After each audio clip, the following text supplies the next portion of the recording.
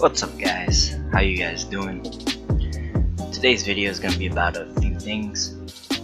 Some of you guys know I bought an inflatable kayak not too long ago, and I asked for name suggestions in the previous video. To be honest, I only got 2 suggestions. One was a bit too personal for me. I like to keep this channel more about fishing and fun. That's about it. So I hope you guys don't mind.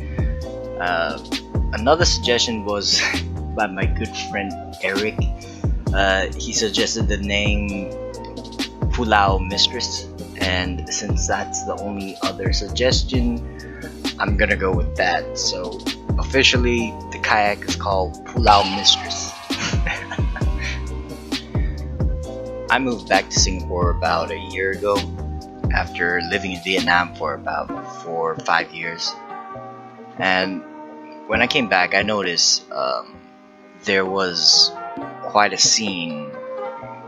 kayak scene here in Singapore, and I was wondering what were the rules and regulations pertaining to this, because I had no idea. I thought that you need a license or some regulations or a governing body that's taking care of kayaking. However, it's not the case. I actually reached out to Man on Board after seeing his video on Facebook, and he was really nice, really friendly guy. He guided me in the right direction. He added me to a group called Singapore Kayak Club, SKC, and there are many friendly people there, and they gave me a lot of good and useful information. So that's how I started, and yeah, I just kept on asking questions, and they were patient with me, and I'm very grateful for them. So for you guys who know me personally, this will not be a surprise to you, but I'm not the kind of guy who likes to go out and socialize with new people. Rather, it takes a lot of effort for me to do so.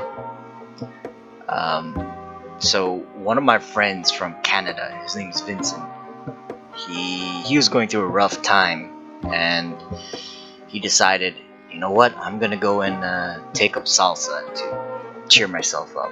And it took a lot of courage for him. I know him personally, and it took a lot of effort for him to go out there, put himself in something completely new, and I have all the respect for him for doing that. He broke out of his shell and went into something completely different.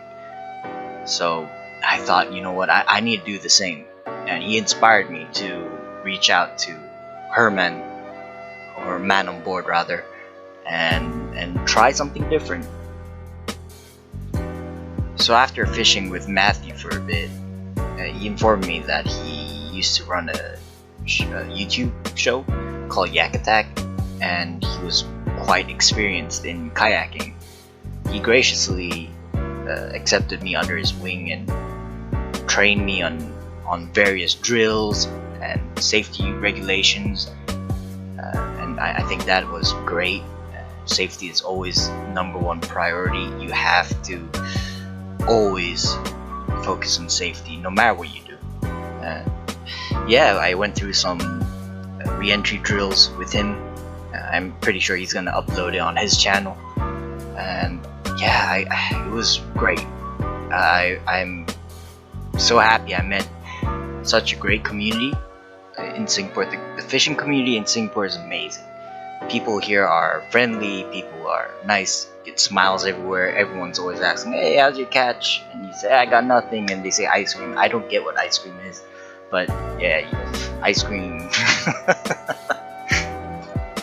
Also, a lot of my lures, I get them from E-Waves, and many of you guys, when you meet me, you ask me, are you sponsored by E-Waves? Do you have a deal with them? And the answer is no, I don't have a deal with them. They're just the closest tackle store to my house, so it's just out of convenience.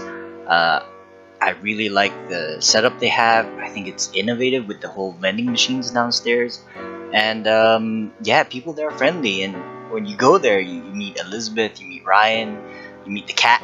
Oh, the cat's so cute.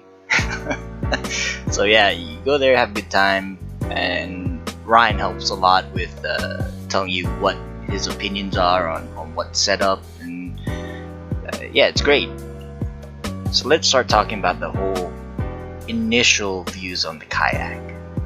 After I set up the kayak, it was, oh man, as an inflatable, there's a lot of setup. I'll get into that probably another video. So as soon as I went to the water, Matthew and I agreed that I should do some re-entry drills, and I jumped in the water. And you have to make sure that your feet isn't touching the floor, so you can't just kick up onto the sea floor, which defeats the purpose if you capsize. So anyways, there was an undercurrent pushing me under my feet under the kayak.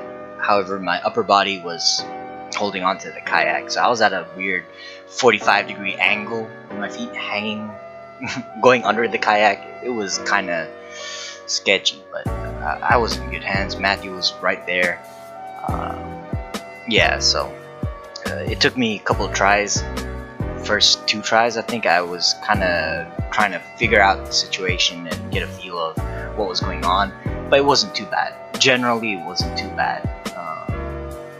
I don't know how Matthew's video is gonna look of me hobbling on to the kayak, but yeah, I managed to get back on, and I'm pretty confident in doing that in the future if I have to. Let's hope it doesn't come to that. But anyways, so I had some initial problems with the steering on the kayak. The cables were all wonky and twisted, and I didn't have the mount for the steering knob, so I'm gonna get that fixed the next time I launch for sure. Because if you can see in the video, Matthew's right beside me, steering me left and right, because I didn't have much steering. But yeah, it was a great experience. I really think that this would be the future, and I'm gonna produce more content on kayaking for sure. So I hope to catch you guys out there. Hope to see you out there. Yeah, guys, so take care, take it easy, tight lines, all the best. Peace.